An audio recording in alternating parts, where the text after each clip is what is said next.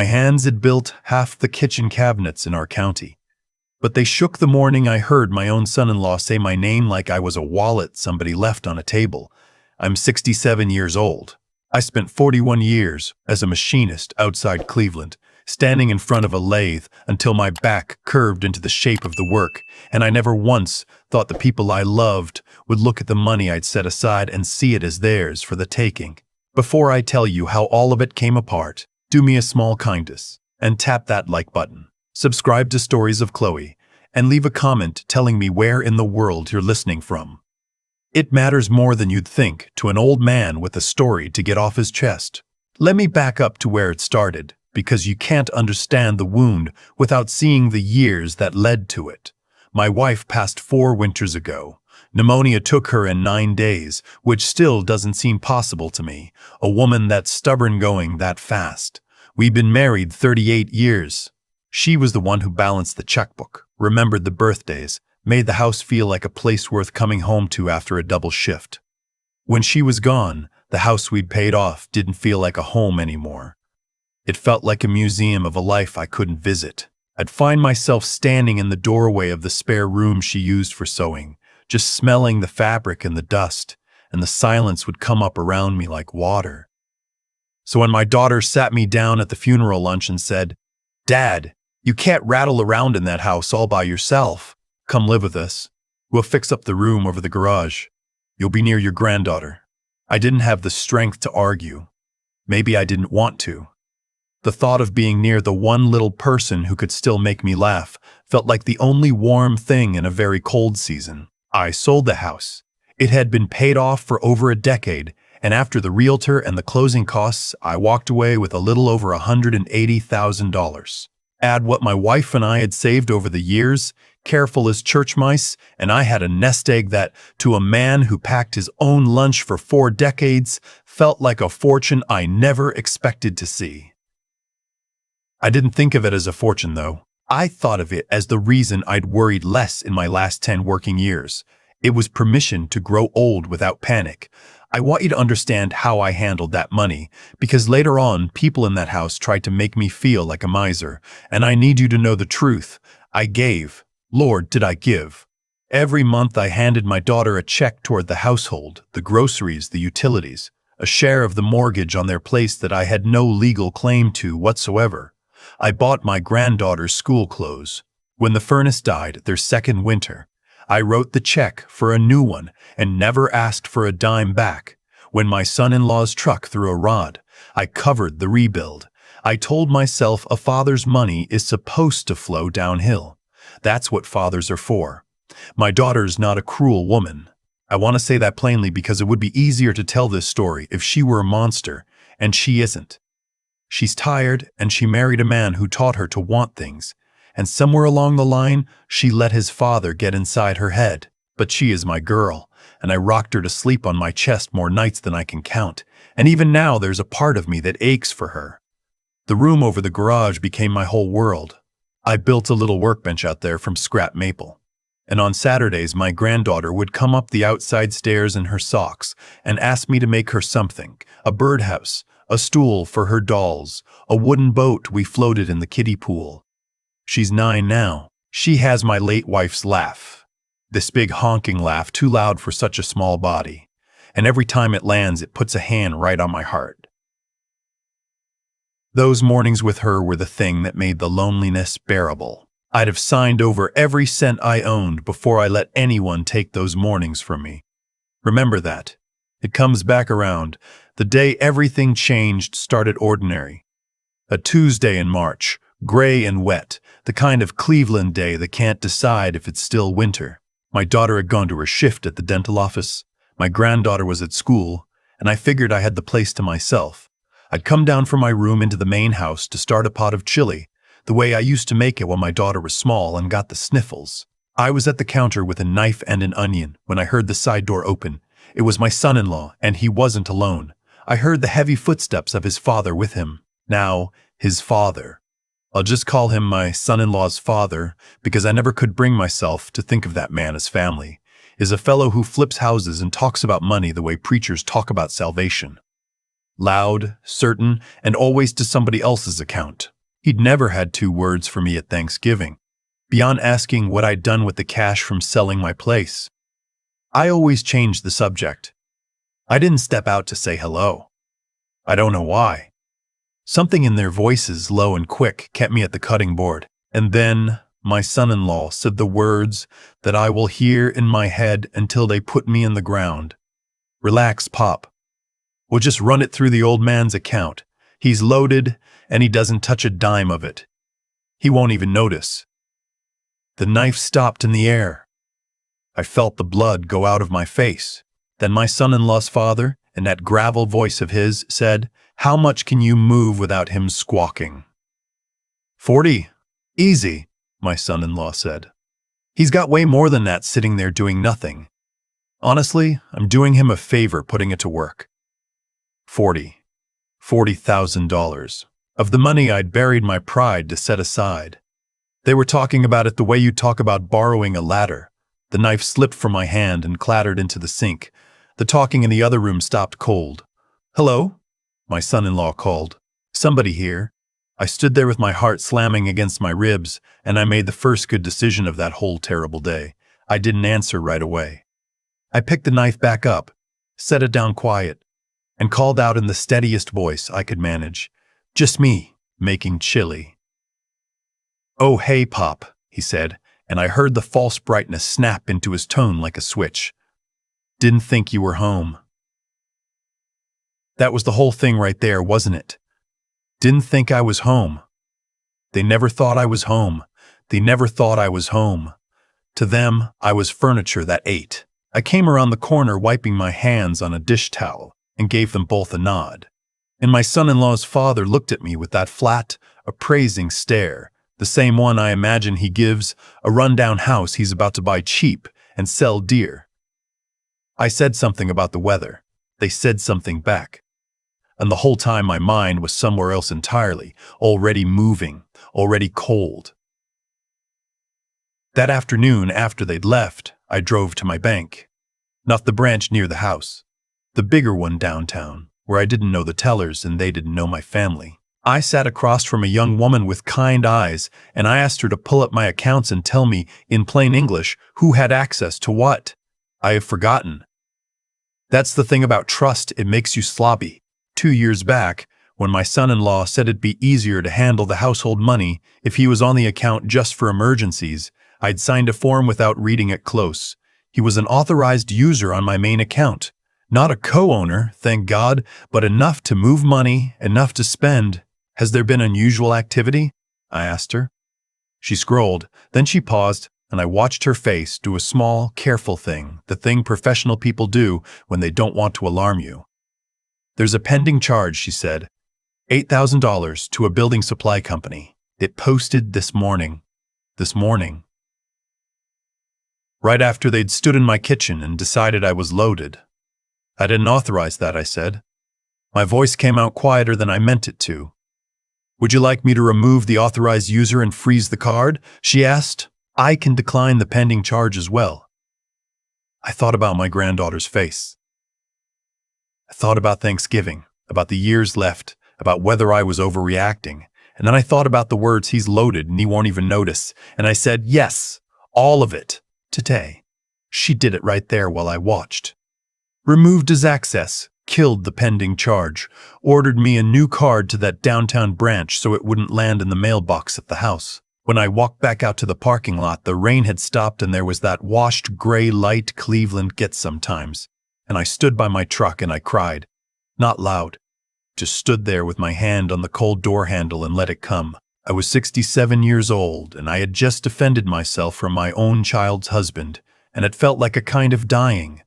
I didn't want to go back to that house yet. I drove to the cemetery instead and sat on the grass by my wife's stone, which is a thing I do more than I'll admit, and I told her everything. I'm not a religious man, but talking to her steadies me. While I was sitting there, a voice said, I thought that was your truck. It was a woman about my age named Lois, who'd been my wife's friend from the church quilting circle and who lost her own husband the same year I lost my wife. She visits her man on the same days I visit my woman, I suppose, because we'd crossed paths there before.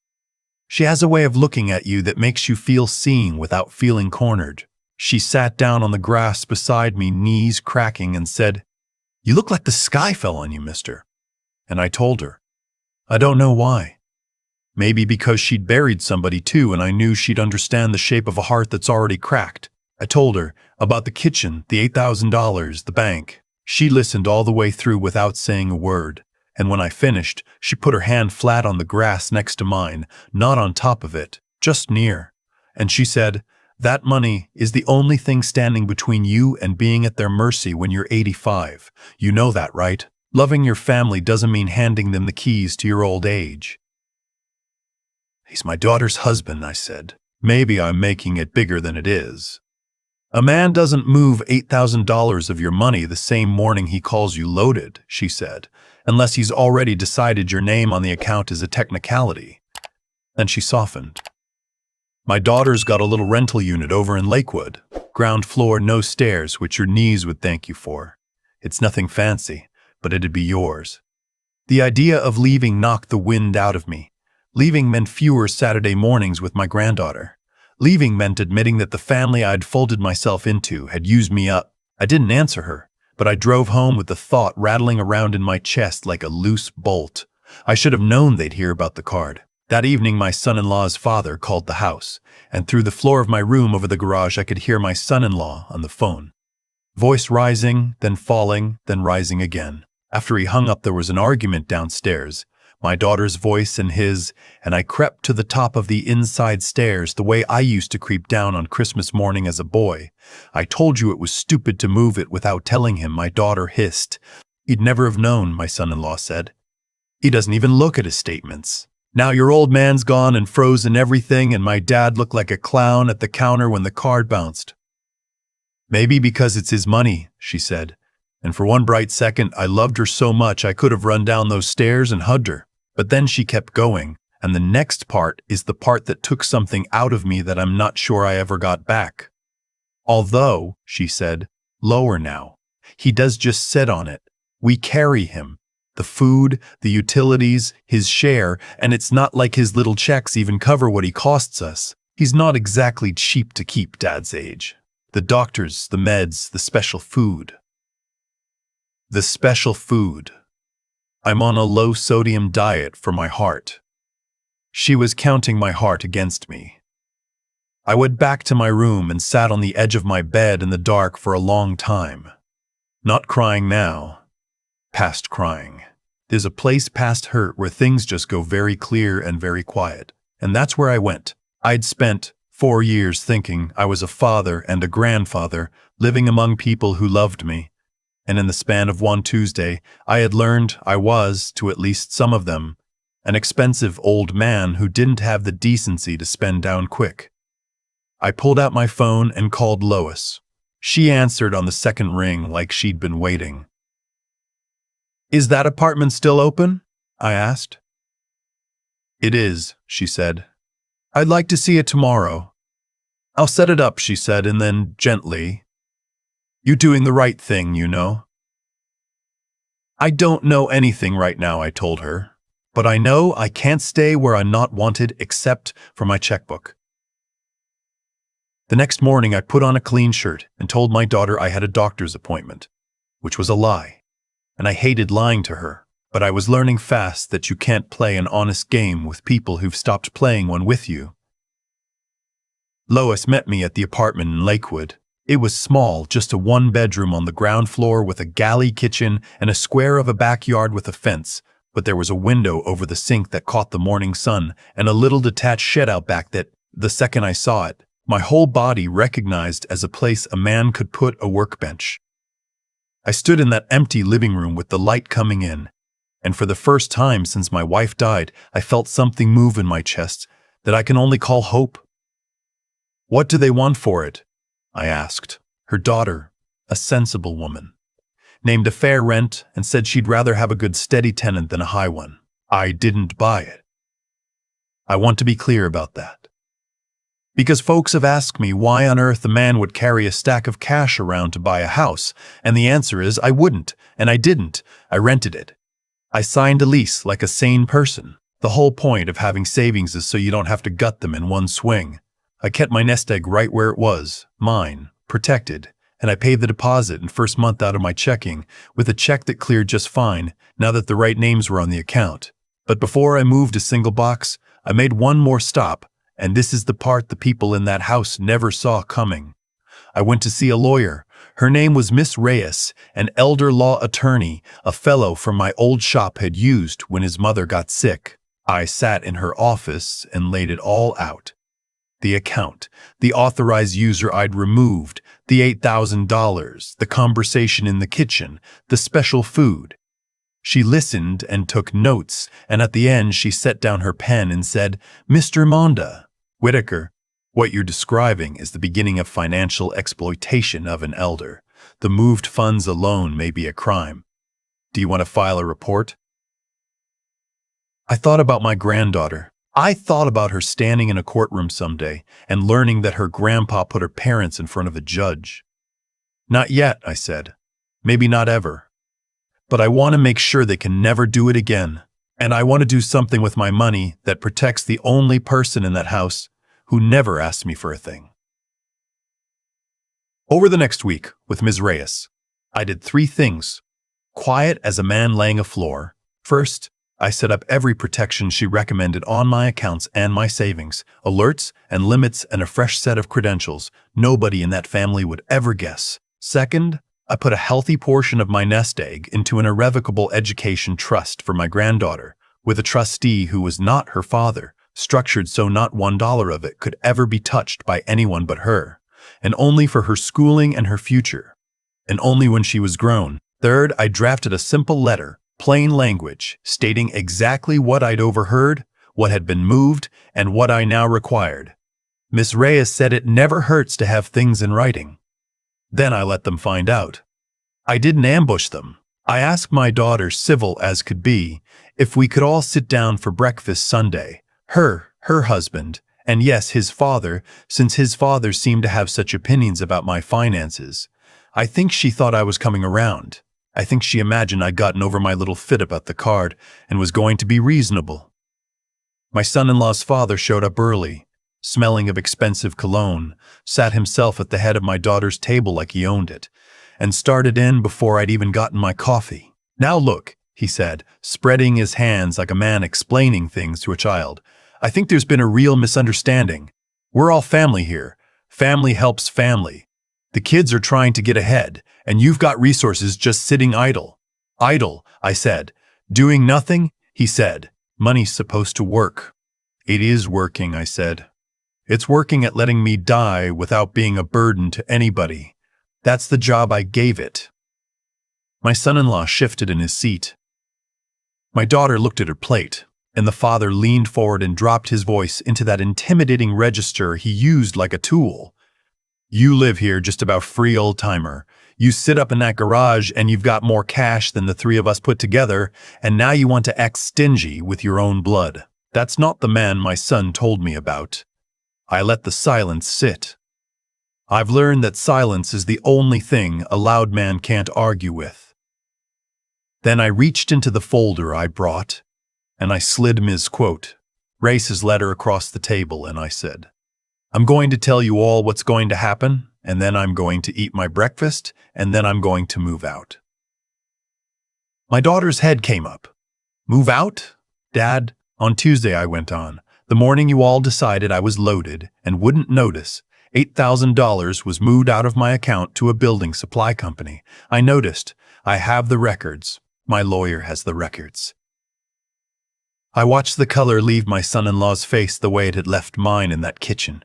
I've removed every bit of access any of you ever had to my money. There is nothing left for anyone in this room to run anything through. The father started to bluster, and I held up one hand, the hand with the missing fingertip from a lathe accident in 1987, and for once he stopped. "Second," I said, "a large part of my savings is now in a trust for my granddaughter's education. It is locked. The trustee is not anyone here. Not one of you can touch it. Not now, not when I'm gone, not ever. It is the only thing of mine that this family will get, and it goes straight to the one person who never once treated me like a wallet." My daughter started to cry. Quiet tears, the kind that mean it. I won't pretend it didn't gut me. Third, I said, looking right at the father, you will never contact me again. Not by phone, not through my daughter, not by showing up. And the rest of you, you will never again so much as suggest that my money is your business. The day you do, that letter and those bank records go to people whose job it is to put folks in prison for stealing from the old. Do you understand me? For a long moment, nobody said anything. Then my son-in-law, in a small voice I hadn't heard from him in years, said, "Are you going to have us arrested? And here's where I want you to listen close, because this is the part I'm proudest of, and it's the part that has nothing to do with money." "No," I said, "not because you don't deserve it. You moved my money and you called me a cost. But I have a granddaughter who is 9 years old and who loves the three of you, and she does not deserve to grow up knowing her grandpa sent her parents in front of a judge. I'm letting it go for her. Not for you. You'll live with what you did, and that's punishment enough for people with any conscience left." The father got up without a word, his face a hard mask, and walked out of my daughter's house and out of my life, and I have never seen him again. Good riddance. My son-in-law sat with his head down, and my daughter came around the table and put her arms around me, and I let her, even though her hug couldn't undo a single thing, because she is still my girl, and a man only gets one daughter. "I'm sorry, Dad," she whispered. "I let him get in my head. I let myself stop seeing you." "I know," I said. "It'll take a long time for that to heal, if it ever does. But you can start by treating your old man like a person and not a line item." I moved out the following week. My son-in-law, to his credit, or maybe just his guilt, carried the heavy boxes down the garage stairs and loaded them in a borrowed truck without being asked. We didn't say much. There wasn't much left to say. That was a little over 6 months ago now. I want to tell you what my life looks like these days, because the people who tried to spend my future probably imagine I'm sitting alone in a sad little apartment regretting everything, and nothing could be further from the truth. I'm in that ground floor place in Lakewood with the window over the sink that catches the morning sun. I built myself a real workbench out in the shed, and I've started making furniture again. A rocking chair for Lois, a cedar chest a young couple down the street paid me actual money for, a dollhouse I'm taking my sweet time with because it's for somebody special. My back still aches, and my knees still complain on the cold mornings, but I wake up in a home that is mine, where nobody counts the cost of my heart medication against me, and that is a wealth I can't put a number on. Lois comes by most evenings. We're not anything you need to gossip about, two old widowers who'd rather drink coffee across a table than across an empty room. She makes me laugh. She tells me when I'm being a stubborn fool, which is often. Sometimes she jokes that we ought to get married just to scandalize the quilting circle, and we laugh and let it be, because for now this is plenty, and at my age plenty is everything. And my granddaughter, she still comes. My daughter drops her off every Saturday morning, on time every week, and I can see my daughter trying, really trying, to be the person I raised. The relationship with her is careful now, formal in places it used to be easy. But it's real, and it's mending. Slow as a deep-cut mends. My son-in-law barely meets my eye, and I've made peace with that. Some bridges you only half rebuild. But that little girl comes up my back path in her sneakers and bangs on the shed door, and we spend the morning sawing and sanding and getting sawdust in our hair, and her big honking laugh fills up the whole yard, and in those hours I am the richest man in Ohio. The trust I set up will see her through college someday, long after I'm gone, and she'll never have to know it came out of the worst week of my life. She'll just know her grandpa believed in her. Last Saturday, we were fitting the tiny front door onto her dollhouse, and out of nowhere she looked up at me with my late wife's eyes and asked, "Grandpa, why don't you live with us anymore? Did Mommy and Daddy do something bad?" I set down my little brush and I thought about how to answer a 9-year-old without putting a weight on her she didn't earn. "No, sweetheart," I said. "Grown-ups just sometimes figure out they're happier in their own space. This little house is mine the way that big house is yours. And me having my own place doesn't take away 1 ounce of how much I love you. It never could." She thought about that the way kids do, all the way down to her toes, and then she nodded like it made perfect sense and went back to the dollhouse, and that was that. Here's what I've come to know. Sitting at my own table with my own coffee, looking out my own window at the morning. The money was never extra. Every dollar of it was a double shift, a pack to lunch, a back that doesn't straighten all the way anymore. But more than that, it was my right to say what happened to my own life. They thought a quiet old man in a room over the garage would never miss what they took. What they never understood is that I wasn't protecting a bank account. I was protecting the last thing a man gets to keep when everything else has been spent, his dignity. I'm 67. I've got less in the bank than I did a year ago and more peace than I've had since my wife died. If you're out there listening and there's somebody in your life who started looking at you like a resource instead of a person, let me tell you what I wish somebody had told me sooner.